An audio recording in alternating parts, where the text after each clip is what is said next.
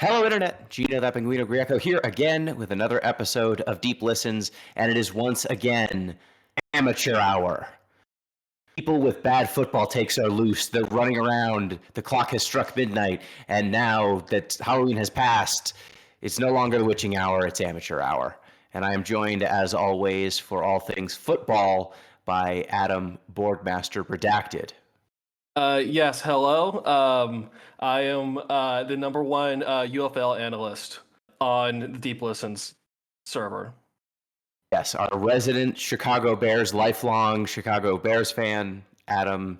Yes, with the bear down, fire Eberflus, just clean out the whole coaching staff. Yes. We are also joined, as always, by Tyler Grav, Redacted. How are you doing, Tyler? Pretty good, Gino. Feeling pretty good about this 2024 football season. My Bills are 7-2 at the top of the AFC East, and as opposed to Adam, I am not the number one CFL fan here on Discord. No, the UFL. There's a different person who's the CFL fan. Ah, my bad. It's a different league, different quality of product, and I would say we're about halfway through the NFL season, thereabouts, exactly, for those who are not aware. Exactly halfway. So we are going to be covering the second quarter or so of the season. We'll be checking in on the models that Adam and Tyler have put together, see how they're doing, see if they're still doing well. They were the first time. We'll see if that has changed. And then we're going to do our 6-minute review of each of the conferences and their teams. But before we do so, our normal plugs, you can get in touch with the show at DeepListensPod on Twitter, deeplistens.libsyn.com. We have our comment sections, and deeplistenspodcast@gmail.com. You can support the show on patreon.com/deeplistens. We hit the 40 subscriber mark, which means we have to play Mass Effect Andromeda. That's coming soon. We'll declare what the next torture game at 50 subs is in the future. We still need to pick it. But thanks to everyone who's joined, and you can still join, even if you don't know what we're going to torture ourselves with. So go ahead, do that if you can, or in a position to do so. We have our $3 OG Soncast tier, where you get access to the anime podcast. All right, without further ado, let's turn our attention to the NFL standings and the different divisions. Which conference do we want to start with? AFC? Let's start with the AFC. That's where the money is. I don't know. We are going to start with the American Football Conference, and I'm going to go in the order that it's presented on Google.com, if that is all right with y'all. Sure. Start with the AFC East. 6 minutes on the clock. Oh, we've got the Bills, Jets, Dolphins, and Patriots. So let's check in, Tyler, with the Bills. You're the resident Bills fan. How are you feeling? Pretty good. I mean, we pretty much have this division locked up. I was a little disappointed that the Jets won on Thursday night against the Houston Texans. For those of you who don't know, because the Jets won that game, it is now impossible for the Bills to officially win the division in Week 11, which was a little bit disappointing. But yeah, Josh Allen is having an MVP season. The defense, while not as suffocating as it was in past years, is still adequate. And a few weeks ago, the Bills made a move to alleviate the wide receiver issue they were having. And yeah, we're 3-0 in the division. We swept the Dolphins, and everything is really good in Western New York. Yeah, so they traded for Amari Cooper, but Amari Cooper has not played much because he's hurt. But yeah, the Bills are pretty much running away with the division. It's kind of like when the Patriots were the only good team in the division and just like walked to 10 wins every year. The Bills are that now. So that's got to be fun. The Jets are still a garbage fire. So Adam? The Jets, yes, the Jets, because that was one of the storylines going into the season is what were the Jets going to do? Were they going to be a wild card team with Aaron Rodgers, or was it all going to fall apart? And it's all falling apart, apparently. How many more friends of Aaron do the Jets need to acquire to be a good Just team? one more. One more? They just need one more. Just one more. All it takes is one more. Trust me, it's just one more, bro. For those who don't know, the Jets traded for Devontae Adams, who was the number one wide receiver in Green Bay for a long stretch while Aaron Rodgers was there. So the Jets now have 2 wide receivers whose primary job description is friend of Aaron. Yeah, and they got rid of their coach. Was that before the previous episode or in between episodes? I was in I between. forget. That is also a new development. They fired their head coach. Yes, they fired their head coach for unclear reasons that we won't get into. Yeah, because being bad isn't enough, clearly. No. Being a bad coach is not enough. I mean, for the Jets, Exactly. So they have an interim now. They might bring in another one of Aaron Rodgers' friends. Who knows? But is Aaron Rodgers going to retire after this year or after next year? And when he does, will there be anything left of the Jets to call a football team? So this is kind of the worst case scenario for them at the moment. Now, unless something turns around, because technically, statistically speaking, all of these divisions are still open. All these teams have 9 or 8 games left in the season. So technically speaking, anyone could win any of these divisions because there are enough games left. Practically speaking, the Jets are cooked. Yes, they're cooked. Even if they made the playoffs, they are a pretty bad team. They would need the opposing teams that they play in like the wild card or something to just be a shell of themselves by that point, which is, look, it's in the cards for every single NFL team. But nothing about how the Jets have played makes me think that they are a serious contender to win anything, even if they somehow went on a big run, which is possible because it's football. Speaking of anything being possible, the Miami Dolphins, Tua Tagovailoa is back. He had a terrible concussion the last time we spoke. He was out for over a month, I believe, but he is now back. So the Dolphins now look semi-competent on offense again because their backup quarterbacks were just awful. But they're still not winning games yet. No, they've eaten eaten 6 losses. Even if Tua turns it around and they get production similar to last year, they're not gonna make it. There's not enough time. Yeah, they're not a threat. They would need to win 7 out of the next 9 games, and that's not happening. So they are at least exciting and frisky, I think. They're still fun to watch now that Tua is back, but they are not really a threat to do much of anything in the playoffs. And then the New England Patriots, they have changed quarterbacks. Has this helped? I mean, at this point, they're just getting reps in for Drake May, their rookie. Like they're just training the rookie right now. Like the season's over for them. I mean, yeah, they're also at 2 wins, the same as the Dolphins, but they're gonna be a 4 or 5 win team. So they're just building. Yep. So the AFC East. This is a division with the Bills and 3 bad teams.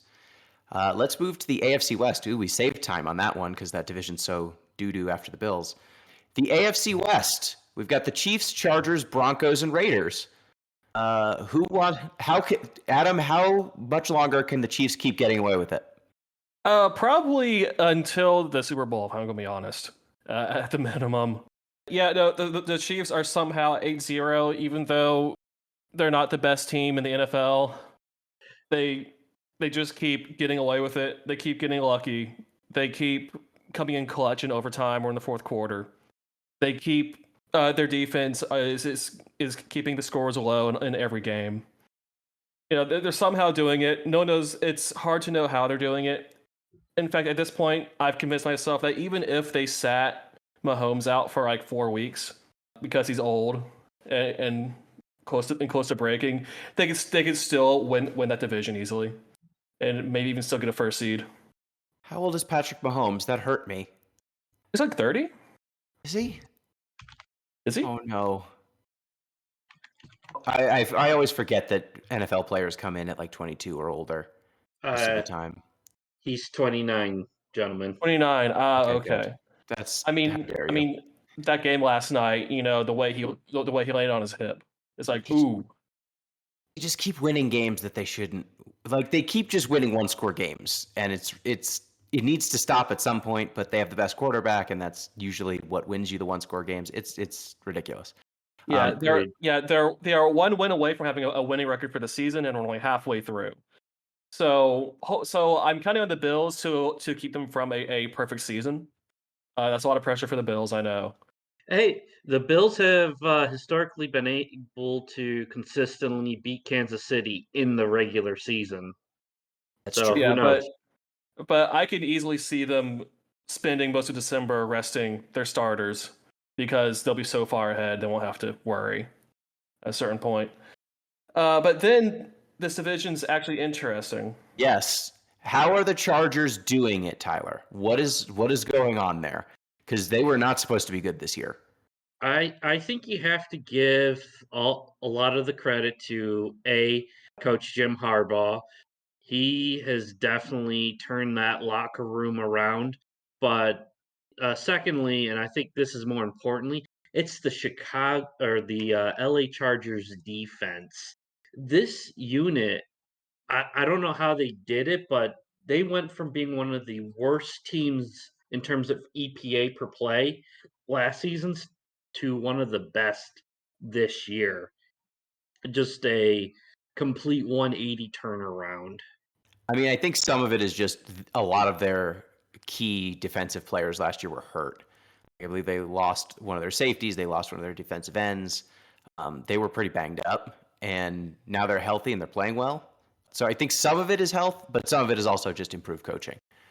The Broncos, another team that's surprisingly capable, Adam. What is happening there? That's also the defense. Yes. The defense are keeping scores low, giving their rookie quarterback Bo Nix room to breathe. Yeah. That's all it is for the Broncos. If you wanted to see the equivalent of an NFL like snuff film, it was Broncos Saints from a few weeks ago. It was just the Broncos windmill slamming the Saints quarterback over and over and over and over again. It was beautiful and also terrifying. Yeah, so this is definitely a defensive season, which is why the Broncos are in the running for a wild card slot somehow. Yes, for sure. And then the Raiders. Does anyone have anything to say about the Raiders? They've given up? Yeah, no, they've given up. I mean, they're trading away players. They still don't know who their quarterback is halfway through the season. It's falling apart. Yeah, they fired basically their whole offensive coaching staff. They fired the offensive coordinator, I think the QB's coach and the line coach. They traded away Devontae Adams, their single best offensive player. Their running backs are bad too. It's a shame because as a Giants fan, I have a soft spot for Antonio Pierce, who is their head coach. He was a former linebacker for the New York Giants.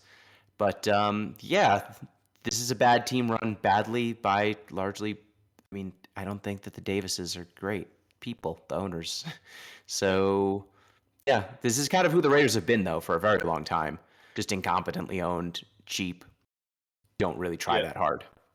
I mean, at this point in the season, when you're talking about the Raiders, you're talking about where they're going to be drafting in April.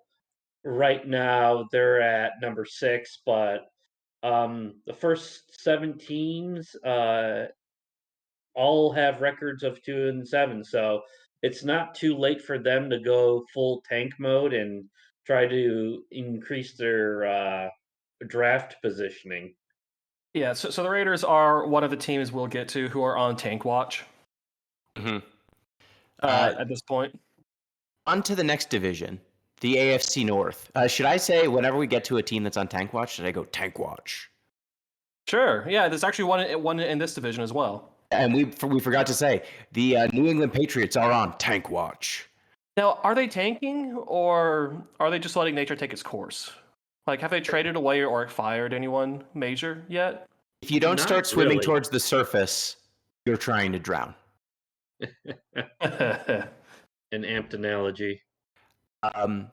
Next up, the AFC North, and I don't think the Dolphins are on tank watch, so that's why I'm not. No, they're not. I'm not blaring. They were hurt. The AFC North. Adam, can the Steelers keep getting away with it? Yes, the Steelers are the embodiment of chaos. Anything and everything can and will happen when they're on the field at some point. I fully expect them to get to the playoffs, play the Chiefs, and win by 1 point from like a safety or a 2-point conversion or something. Like there's no way to know what's going to happen with the Steelers, or they're just going to suck. Like maybe they'll crash and burn second half. There's no way to predict anything with them. They have They've changed quarterbacks, Tyler. Do you think that Justin Fields, Russell Wilson, does it even matter? Or is it just, I don't know, Mike Tomlin finds points in his couch every week and then the Steelers somehow win? I mean, I think with the way the Steelers defense is playing, it's almost like you could pick a quarterback based off of the defense you're playing in the coming week. If you want attack them through the air, I guess go with Russell Wilson. If you want to like hit them on the ground, you could go with Justin Fields. I don't know if that's really the Mike Tomlin thought process, but it definitely is an option for him at this point with the way that defense is playing. But I have to say, from like my in-season model standpoint, this is the most legit Pittsburgh Steelers team I've seen in several years. In fact, there are currently 3 teams forecasted to finish with 13 wins, which is very, very optimistic from a model standpoint. And the other 2 teams are the Pittsburgh Steelers and the Detroit Lions and Chiefs? the LA Chargers. Not the Chiefs? Not the Chiefs. The model thinks the Chiefs are a tad bit fraudulent. Well, they keep getting away with that, just like the Steelers. So we shall see Yeah. how it pans out. Yeah, though No, I I think do still fully expect Baltimore to win the division at the end of the year. Yeah, so they are the other. They have 6 wins also. They are 6-3. The Baltimore Ravens, Lamar Jackson MVP watch? I mean, Derrick Henry MVP watch. Yeah, both, honestly. Yeah. They might have 2 MVP candidates with how well their offense is playing around those 2 players. It's amazing what Lamar Jackson does with the wide receivers they have. You know, like they don't really have one amazing wide receiver. Like they just somehow managed to scrounge together these massive wins. They're putting up tons of points, and it is not just like, okay, there's Jamar Chase. I'm just going to throw him the ball all the time or something like the Bengals, who we're going to talk about in a bit. They've been super impressive, but their defense is bad. So weirdly, that's not very normal for them. They are usually a defense-first team, so they've committed to offense this year and are making it work. Tyler, what does your model think of the Ravens? Right now, they have the Ravens finishing the seasons with a respectable 11 wins. I think that's good enough to lock down one of the top wild card spots behind the Pittsburgh Steelers. Yeah, they're either 3rd seed or 5th seed in the playoffs, but they're not going to get. But I don't think they'll get past the AFC Championship because again, they're kind of a glass cannon. Mm-hmm. The Bengals, they have come back. Very unlucky, seems like. Yeah, T. Higgins never healthy. Joe Burrow has been playing much better, and the team has been playing much better. But they're just 4-5. They're a pretty mediocre team, I think. Yeah, like by the stats, Joe Burrow is like, one of the top QBs in the league. It's just it never comes together for them. Except that time they made the Super Bowl. Well, I mean, this year it hasn't been coming together for them. Yes, yeah. This year it has not come together. They have not had all of the requisite parts. Voltron's walking around without one leg every single week, and it's a different leg each week. But it's never come together. The Cleveland Browns are on tank watch. Yeah, they're tanking. Yeah, agreed. So I mean, when the fans cheer when the starting quarterback gets hurt, like you're in a bad place. Yeah. So I guess starting there, at some point, I forget which week, Deshaun Watson got hurt. Browns fans were very happy about that because then they didn't have to see him play anymore. I choose to believe it's because they think that Deshaun Watson's accusations of sexual assault are suddenly chilling, and they find it much more off-putting than they previously did. Most likely. Yes, no, it's suddenly off-putting because he was the worst performing quarterback in the league when he was playing.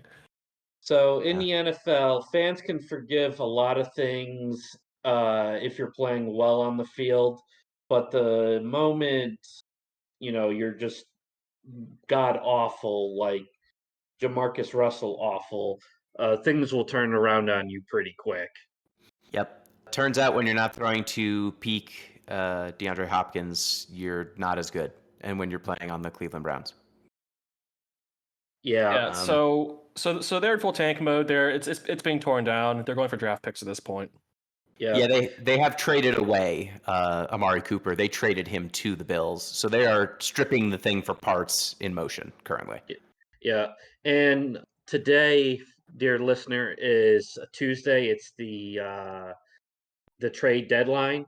Also today, the Browns traded away defensive end Zadarius Smith to the Lions, which was one of their mainstays on the defensive line.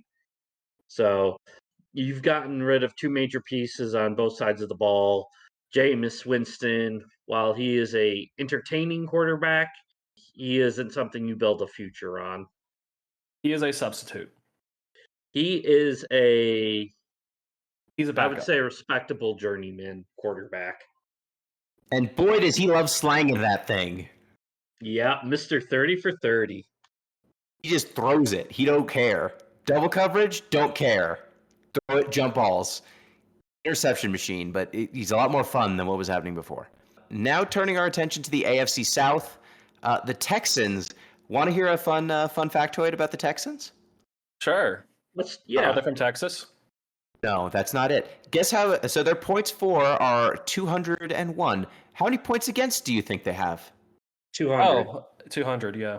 Exactly 200. So they have one more point scored than point allowed, and their win-loss record is 6-3. The NFL, everyone. Yeah.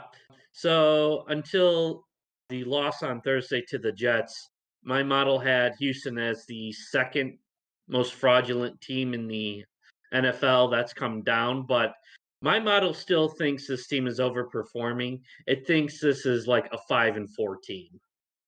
But they're in the extra AFC win. South, so Yeah. they're going to have a winning record, and they're going to get into the fourth seed in the playoffs. Yes, and they are. One thing to just call out is that the Texans are actively falling apart in front of our eyes in some ways. Stephon Diggs, who was their big free agent acquisition or trade acquisition last year, he tore his ACL, I believe. He's out for the year. Nico Collins, their number one wide receiver, had a hamstring injury and has been out for the last, I think, 3 or 4 weeks. Joe Mixon, their starting running back, was hurt for 2 weeks. So they have not had their whole team since week 1, basically. Yeah, it's been a bad time for the Texans. I mean, they're not losing, they're not tanking, but it's just rotating injuries across the board for them. And when they win, they're barely getting by. They're going to the playoffs and get knocked out in the wild card round probably. And they're not going to get high enough draft picks to, recover whatever damage happens this season. So they're peaking, I would say. They do have a good quarterback, so they've got stuff to build on. Go ahead, Tyler. I was just going to jump in and say, C.J. Stroud is not having the follow-up year that everyone was hoping he would. Stroud, in terms of EPA per play and completion percentage, he's down there with Dak Prescott and Matthew Stafford. So it has not been elite play out of CJ. No, he's been just fine, but not incredible. Yeah, everyone's very disappointed with the Texans, but they're still going to win their division. Yes. Speaking of just fine and not incredible, the Indianapolis Colts have benched their quarterback of the future, Anthony Richardson, and decided to go with Joe Flacco. Yeah, so let's just I'll go around. Does anyone think Joe Flacco can drag the Colts to the 7th seed? Okay, well, let me take a look around the league to see who they would have to beat out. They'd have to beat out the Bengals, Ravens, at least one of these teams. Ravens, Bengals, Chargers, Broncos. I mean, they could. depending on strength of schedule. I could see them being the 7th seed or 8th seed. Unlikely, but I could see it. I don't like it. I don't want that. But I can imagine it happening. But that's where the Colts are. Yeah, they're right now, pretty bad. much. But they are not as bad. Oh, go ahead, Tyler. Guys, so I know my Saints pick hasn't turned out, but I'm going to make another terrible forecast here. I actually think Indianapolis has a shot at winning this AFC South division. Wow, Ooh. you're that down on the Texans. I'm just not that impressed. And I mean, look at if Joe Flacco is what he was last season in Cleveland, I think they're able to edge out the Houston Texans, not by like 3 or 4 games, but maybe like a game at the end of the season. Well, we So shall you're see. thinking that it will come down to it between those two. Right. Yeah, I mean, if they almost had certainly. benched Anthony Richardson earlier in the season, I think Indy probably has like 1, possibly 2 more wins. Okay, now we have to talk about the Tennessee Titans who are on tank watch. Yeah, they're tanking. They're stripping it down. Their quarterback of the future was a hilarious failure and then got injured. They're trading away people. They're going for draft slots at this point. Yeah, they traded away Deshaun Watson to the Chiefs. Not Deshaun Wait, Watson. what? Sorry, DeAndre Hopkins. I always say the two back to back when making fun of Deshaun Watson. But DeAndre Hopkins they traded to the Chiefs. Their quarterback of the future isn't very good, despite how much mayonnaise he eats and how funny I find that. Yeah, there's not really much appealing going on with the Titans, though the back half of their schedule is going to, I believe, be easier. So they might have a shot later on, but not now. The Jacksonville Jaguars are on tank watch. Yeah, so I haven't been able to wrap my head around what's going on with the Jaguars. I think they're just bad. Like, how though? Christian Kirk is hurt. That doesn't Yep. help. Travis Etienne is also hurt. That also doesn't help. But mostly their defense is poop. Right? Am I correct, Tyler? Is that what the numbers say? Yeah, like I have them at like 31-32, like in the NFL. They're that bad. On defense or overall? Like defense. Sorry. Yeah, their defense is just doo-doo poop, and that's the problem. And as someone who plays fantasy football, I am mostly just looking for players who are playing against the Jacksonville Jaguars or the Washington Commanders. Like, that is my criteria for good players to start is, are you playing against one of those two teams? And then my good defenses to start are you playing against the Panthers? That works out pretty well for you. One thing I think that needs to be added to the story of the Jacksonville Jaguars, not only are they bad, but they are expensively bad. In the offseason, they went out and spent like, I think it was close to $500 million in free agent signings. I can't name a single one of these free agents that have turned out well for them. Gabe Davis, a former wide receiver in Buffalo Bills, got handed the bag. He has not produced anything for them. Christian Kirk, as you alluded to, even before he got hurt, was not that good of a wide receiver. Their best wide receiver right now is a rookie, and anytime you see that, it just tells me you've done a terrible job of managing your roster. Yep. Now moving to the NFC, where, I mean, The National Football Conference. National Football Conference, there are, I think, more better teams in this conference. Let's start with the NFC East. The Washington Commanders, we talked about them as a frisky, fun team. What if they're actually good, though? But then, Tyler? You know, I'm having a hard time coming up with a excuse to discredit the Commanders. Right now, the model thinks that they're 1-win favorable, which isn't outlandish. Probably got a little bit lucky in that Bears game. They got very lucky in that Bears game. Yeah, like Hail Mary passes to the end zone in the dying seconds of the game generally isn't a strategy for long-term success. But I mean, Jaden Daniels has absolutely knocked it out of the park. Wrong He is sport. he is the overall leader in EPA per play in terms of Swish. quarterbacks. The Washington offense is like an order of magnitude better than like the next tier below it, which is like the Bills and a Raven. So it's hard to find anything faulty with this Commanders team. At least on offense. Yeah. So, Adam, as a longtime, lifelong Chicago Bears fan, how did that Hail Mary affect you personally? It just reinforced my belief that the Commanders are probably going to the Super Bowl. If they can beat the Bears like that, then they're the only ones who can stand against the Chiefs. Did I give the anecdote about Jaden Daniels on this show that I have? I don't think so. Forget. I don't believe so. No. I saw him in New York City on the night he was. I think the night. No, he won the Heisman. I think.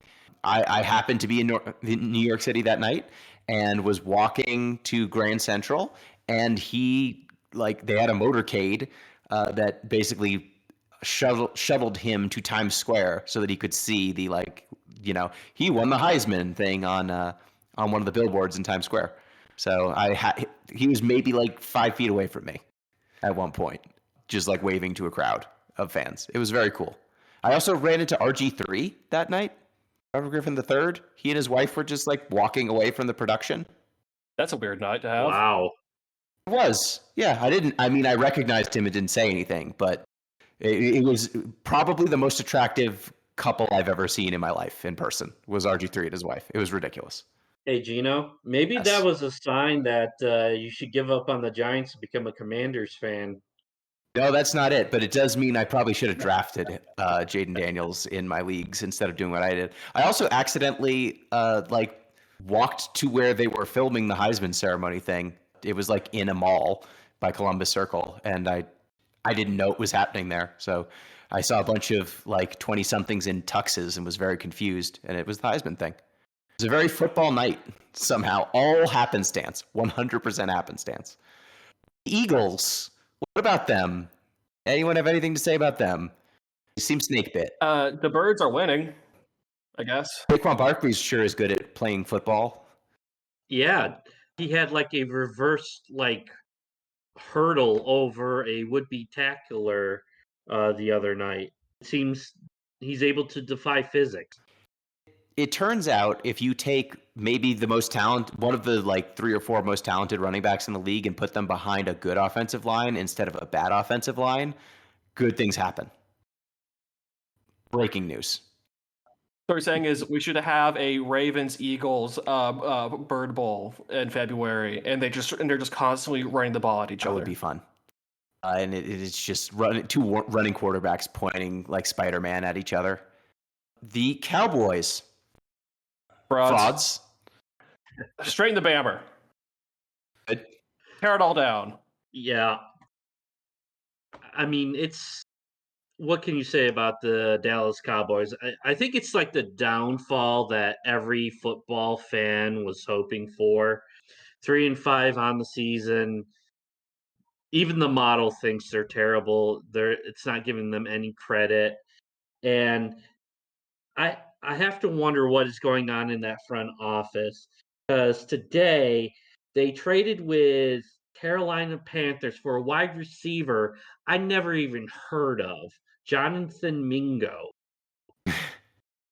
I'm aware of him. Is that a real person? He was I forget if he was a first round or second round or third round draft pick, but yeah, he was a draft pick. He wasn't very good. Oh, so he was drafted. Is what you're Yes, saying. he was drafted. Okay. Speaking of draft picks, the Giants are on bank watch. So, how is Danny Dimes doing? It's not his fault. He's not helping, but I don't know that it's all his fault. They should be better. They should have probably one more win than they do. maybe 2 at generously, but they would not be a good team anyway. Malik Neighbors is really good and could win Rookie of the Year, though. That's fun. That's a fun part of the season. Their running back situation has some fun to it, but this team's not good. Defense isn't very good. Offense isn't very good. It's just basically Malik Neighbors trying his darndest to just always be open. Not a good team. Well, I'm sure that the Giants in a couple of years will get some really great draft capital from trading Neighbors. Dare you? NFC West. NFC West. So, one last question, Gino. Okay, fine. One last question. What? Say it. Head coach Brian Dable, is he safe or is he on the hot seat? I wouldn't fire him because I think their offensive concepts seem fine. Danny Dimes just isn't very good. I might get...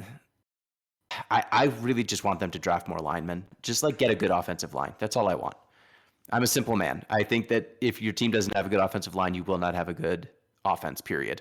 And so just invest in that. Keep investing in that. NFC West. This division pisses me off. Why?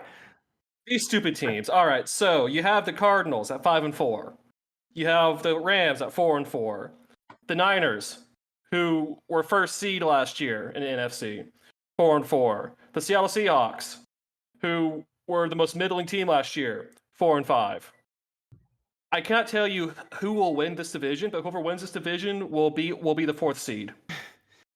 Perfectly balanced as all things should be, this division. Yes. If they could all be exactly 500, they would. Do we think... So the Cardinals have been fairly healthy. The Rams haven't had their top 2 wide receivers for much of the season. The 49ers have not had Christian McCaffrey for most of the season and have had people in and out because they're the 49ers. And the Seahawks have been pretty healthy most of the year. They were missing Kenneth Walker for a little bit. Do we think the Cardinals fall to the bottom here because they are the only one of these teams that was not injury plagued for the first half of the year? I mean, it depends on if the Niners can recover, if the Rams can stay healthy. The Seahawks are going to be 8-9 on the season, regardless of anything else. So it depends. I look at it this way. If the Niners had stayed healthy, they would be leading this division. I mean, you look at the talent on their roster, and you compare it to the other 3 teams. The Niners, to me, are still a cut above the rest. The question is just can they get healthy? If they do, I think at season end, you're going to see the Niners first overall in this division, and then it's a 3-way tie for second place. Yeah. Yeah, if everyone was healthy, the Niners and Rams should be like 10 and 11 and 10 win teams on the season, but things are just going badly in the West. Yeah. And that's the chaos that makes this now, oh god, what's his name? Kyler Murray? Yep. That's the Cardinals. Yeah. Yeah. Oh, yeah. So in this time of chaos and uncertainty, it's now time for Kyler Murray to take his place at the top. I mean, it would be very funny if the Cardinals won this division. I don't know that they're very good. It would. But I don't know that any of these teams are super good. Like, the hater in my heart wants to ask, so is the 49ers quarterback situation, do we have a verdict yet on whether it's the skill positions or the quarterback who's driving that, given 4-4 now that they've had injuries to Christian McCaffrey and Deebo Samuel, but it doesn't feel super fair. Yeah, I mean, the Niners, they're still at a positive point differential, even though they're third in the division. In fact, they're the only ones in that division With a positive point differential. points. It's amazing. So this isn't Purdy's fault, but Purdy isn't dragging the team to a winning record. Yeah. Through sheer will alone, like Lamar Jackson or Josh Allen could do. I think he's helping keep the ship afloat, though. I mean, in terms of like EPA and completion percentage above expected, right now I have him in 13. He's like above Kyler Murray and below Baker Mayfield. Those are 2 guys that we consider to be good quarterbacks, not elite, but good quarterbacks. He is A-okay. Any other Yeah. thoughts on the West, or shall we move to the North because this division is somehow just all the same team? Let's move on. Okay, excellent. Yeah, okay. The NFC North, which, boy, what a division. Should we start with the Lions? Tyler, you said your model loves the Lions. Do you have any other observations? To me, this is my Super Bowl pick out of the NFC. They're the fourth best offense in the NFL, the fifth best defense. They look like a complete team. They're well coached. They have good offensive scheme. They play tough on defense. I mean, if it's between Detroit and Washington, I'm taking Detroit. Yeah, the Lions are playing well enough that, they might be the first seed going to the playoffs for the NFC. They deserve to go to this Super Bowl. But because this is Detroit, something horrible is going to happen, and they're not going to go to the Super Bowl. I don't That's know, my man. prediction. The fighting Dan Campbell. I mean, I would not bet against that, man.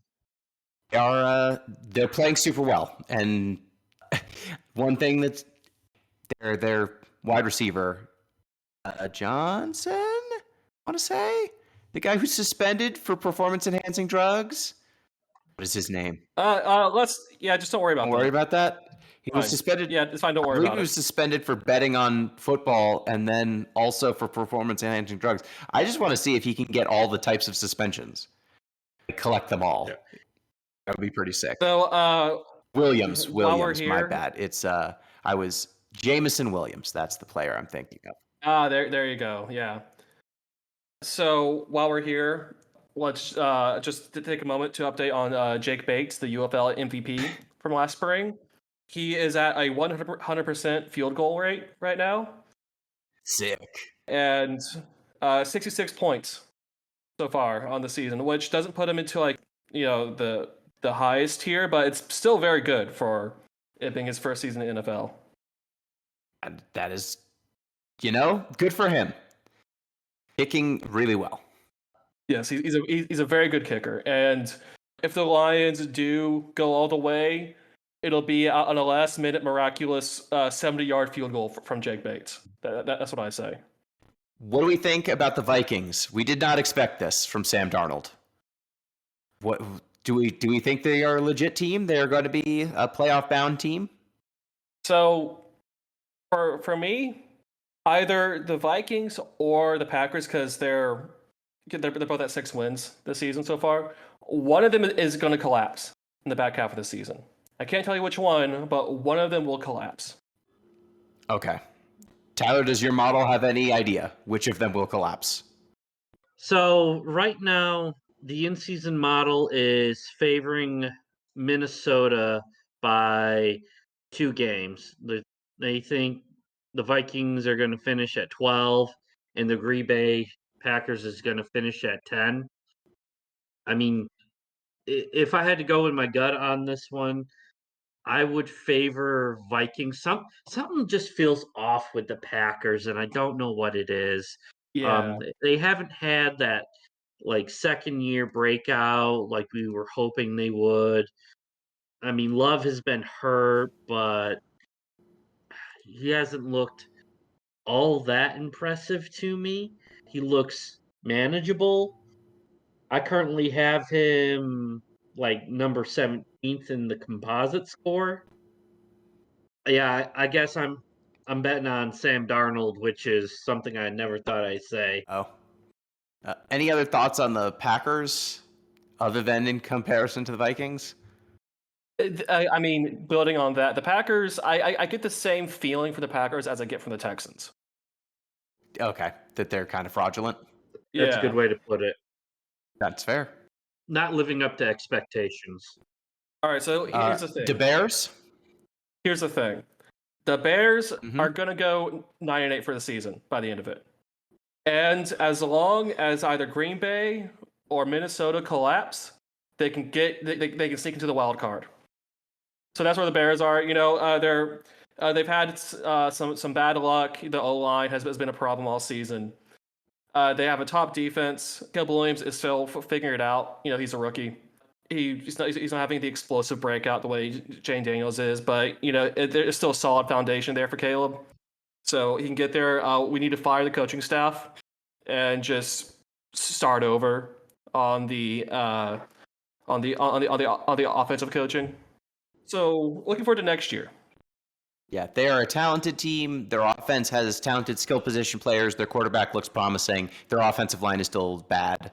So he's just running for his life all the time. Now on to the NFC South, one of the saddest divisions. The Atlanta Falcons are 6-3. Yeah, the Atlanta Falcons are 6-3. They're looking good for the division. That's not saying much, I guess. Tampa probably should be feistier than they are. Yeah, because they're at 4-5. If they somehow, their problem is. Injury oh no, I was prone just as gonna say well. the Buccaneers. Yeah, Chris Godwin's ankle turned the wrong way, and Mike Evans is hurt again. Stop me if you've heard this before.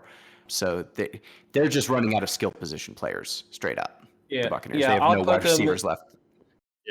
Yeah, I'd put them in in a more severe version of the predicament that the Rams and Niners got themselves into. Mm-hmm. Where if they weren't so injured, they'd be doing a lot better. Kirk is getting more comfortable in Atlanta. Their offense is picking up. So they'll make it into the playoffs. Probably not much further than that. Then there's the Panthers and Nolans sitting at 2 wins each. Nolans, the first 2 weeks, they won spectacularly, those 2 games. And then it's just all been downhill from there. Their car broke down. Their rookie backup got murdered by various defenses. Nothing has come together for them. It's all falling apart. They fired the head coach the past few days, right? If I recall correctly. Yeah. The Correct. Saints. Dennis Allen got shown the door. Yeah, I think we could say the Panthers and the Saints are both on tank watch. Oh no, the Panthers have been on tank watch since week 5. The season was over as soon as it started for the Panthers. Them having 2 wins is a fluke. Yeah, well, it's because they replaced their quarterback and brought in the Red Rocket, and he brought them a win, and now he's hurt again, so now they have to go with Bryce Young again. And then Bryce Young so it's a brought in shame. a win that no one was expecting. Yeah, accidentally. Yeah, yes, Bryce Young accidentally won a game. The Saints, man, they won those 2 games, and Tyler, you looked so smart. Remember that? Yeah, you keep bringing it up. I remember when man. But huge disappointment with that Saints pick. Like you said, the first 2 weeks they blow out Carolina, and then they turn around and blow out Dallas, which at the time we thought was a good defense, but since then 7 losses in a row. If that's not a sign of a faltering football club, I don't know what is. Derek Carr has just been abysmal. Defense has been non-existent. I'm trying to so their defense is less worse than their offense. I have their defense about mid in the NFL, where their offense is bottom third. But I think all those years of kicking the can down the road with the salary cap has finally caught up to them.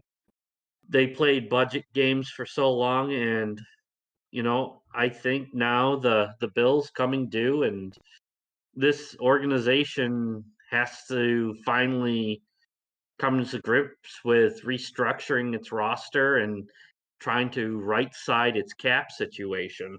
Yeah, Mhm. it's going to be a couple year rebuild for them coming up.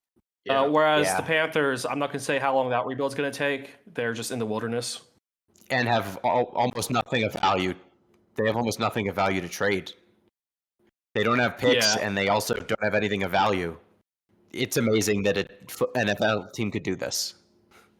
Yeah, the Panthers are kind of screwed up through the rest of the decade, pretty much, which is a shame. Yeah, it's wild. It's so hard for a team to do this in the modern NFL. They protect you so much from this sort of thing happening, but no, the Panthers managed it.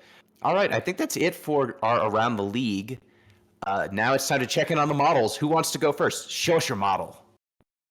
Oh, it's on All me. you, Adam. So, okay, Show me your Yeah. model. look.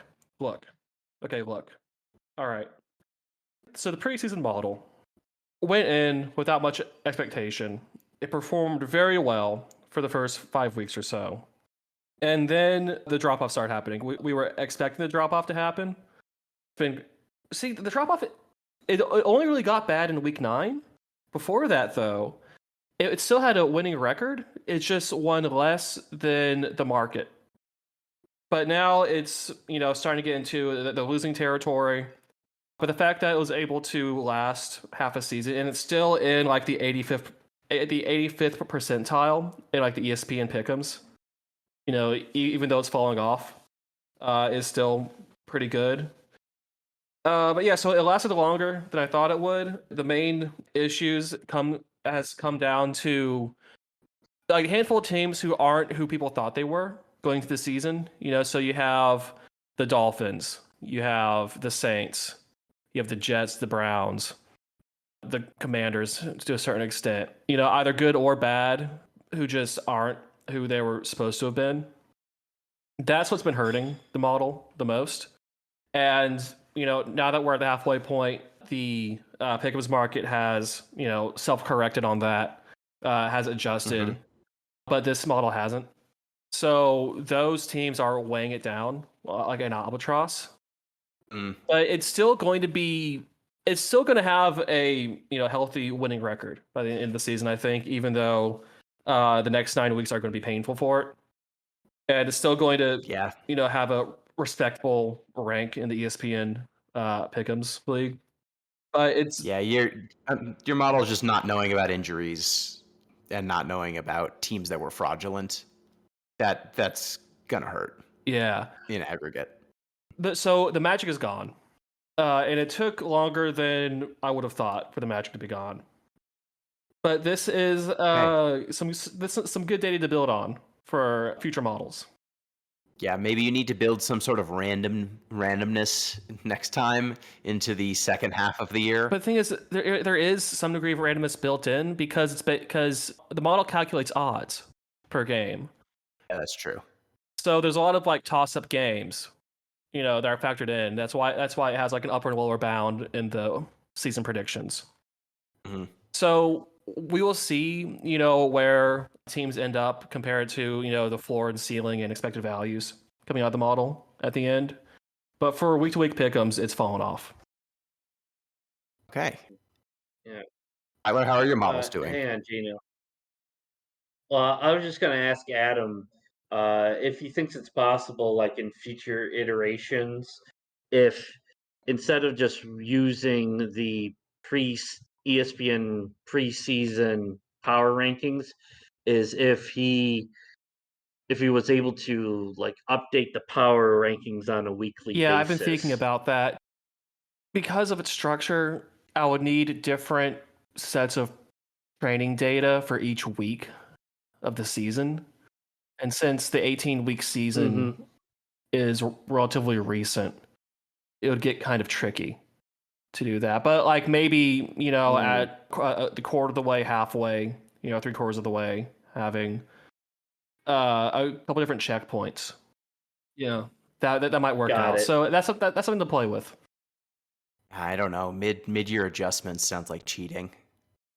I want crystal balls. I want to know before anyone's played anything. I want you to tell me who's going to win. Not this using data to improve your. No improvements. The thing is, bold stances.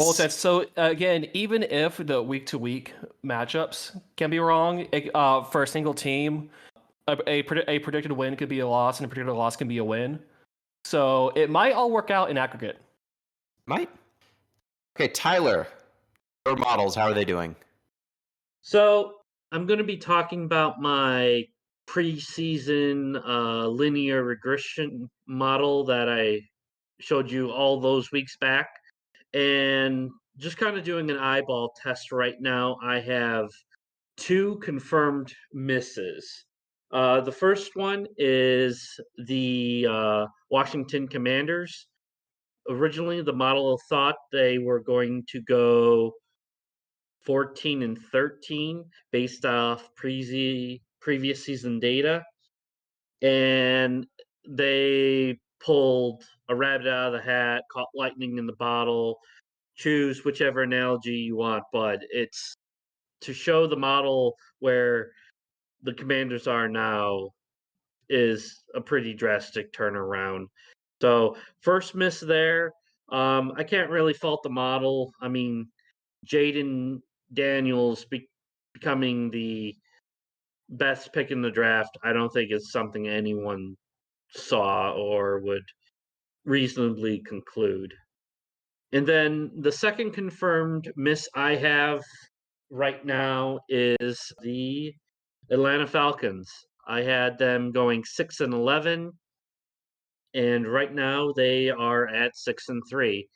I guess it's possible that Atlanta loses every game for the rest of the season, but I don't think that's going to happen. So Kirk Cousins still has that captain average magic. He's been able to elevate the pieces on offense that previous quarterbacks weren't able to do anything with. It looks like the head coaching change in firing Art Smith was the right call. And even though my in-season model only has them finishing with 9 wins, I think realistically you're going to see the Atlanta Falcons in that 10 to 11 win range at season's end. Yeah, it's looking a whole lot like they're going to be at 10 wins for the season. So the first year where you don't think they're going to have 10 wins is a season that they get 10 wins. How does that feel? Yeah. I mean, it's happened to me before in years past. Kind of a bummer, but it's also something, I've just learned to accept. Unfortunately, I don't have a crystal ball, and the thing that makes football wonderful is just all the randomness that goes into it. Another confirmed miss I think I'm looking at is the Jacksonville Jaguars. I mean, I had them at 7-10 in the model, and right now that's looking too ambitious. I don't see where they're going to make up another 5 wins in 9 weeks. So I think I have a miss there. Miami Dolphins, the model had them finishing the season at 10-7. Well, they're not mathematically impossible. It's basically impossible. I don't think Miami's going to go on some crazy run. They have a pretty tough schedule this last half of the season, so I think they're out. So a couple of bright points on the model is I have Baltimore and Buffalo both with 12 wins. That's looking realistic at that point for both teams. Kansas City Chiefs, the model had going 11-6. Part of me wonders if I don't know if you want to call it reality or bad luck catches up with them, but I wouldn't be surprised if in the second half you see Kansas City start dropping a few games. So then here. in that case, who gives the Chiefs their first loss? The Broncos or the Bills? Or the Chargers? Ooh, let me take a look at their schedule. Yeah, so week 10 is the Broncos, Uh, then the Bills, then they have the Panthers as a About, bye week. is it at the Broncos? No, Broncos are in Arrowhead. Okay, yeah, that's not happening. I don't think. Yeah, but the Kansas City Chiefs are going to Buffalo. That seems like a game to lose. Yeah, I think well, you never know with Denver because Denver beat Kansas City last year, I think in Kansas City, so I wouldn't be surprised there. Another pick I feel good about is my New York Giants pick going 5-12. Sorry, Gino, but Ooh. the model was just never impressed, even with that good year from Daniel Jones. You just wait till the Giants win all the rest of their games and make you look silly. Yeah. A reverse Saints, if you will. Yep. Two other good picks I had. I had Seahawks 8-9 and Tampa Bay 9-8, and right now the in-season model has both those teams finishing right around 8 to 9 wins. So at least the mid-tier teams are coming in for me. All right. Well, I think that does it for our football talk today at Amateur Hour. Any closing thoughts on the season so far before we call it? Closing thoughts? No. I will say my favorite time of year in the NFL is right around that corner, right when we start looking real hard at those 3 wild card spots. I think it's going to be a real close race in the AFC this year, as well as the NFC. So yeah, if you haven't been paying to NFL football, now's the time to check in because this is where things get interesting. Yes, I will say that just like inside of a football game, the NFL season, the second quarter is the one that you can check out for, go do something else, and then come back for the third quarter. So things should get more interesting from here on, and the quality of football should be getting better. I've been tracking the failed drive stats for each team, and they've been tightening up over the last few weeks. As you want. Yes, turnovers and punts are going down on average. So the teams are figuring it out. People are figuring out who the teams are. The only mystery is around the margins. So figuring out who those wild cards are, and having it come down to the wire for those 9-8, 8-9 teams will be the exciting part. All right. Well, if you want to get in touch with the show, you can do so at Deep Listens Pod on Twitter, deeplistens.libsyn.com. We have our comment sections and deeplistenspodcast at gmail.com. And you can support the show at patreon.com/deeplistens. Thank you, Adam. No, thank you. Thank you, Tyler. Thank you, Gino, for all that you do. And thank you, dear listeners. Till next time. Peace.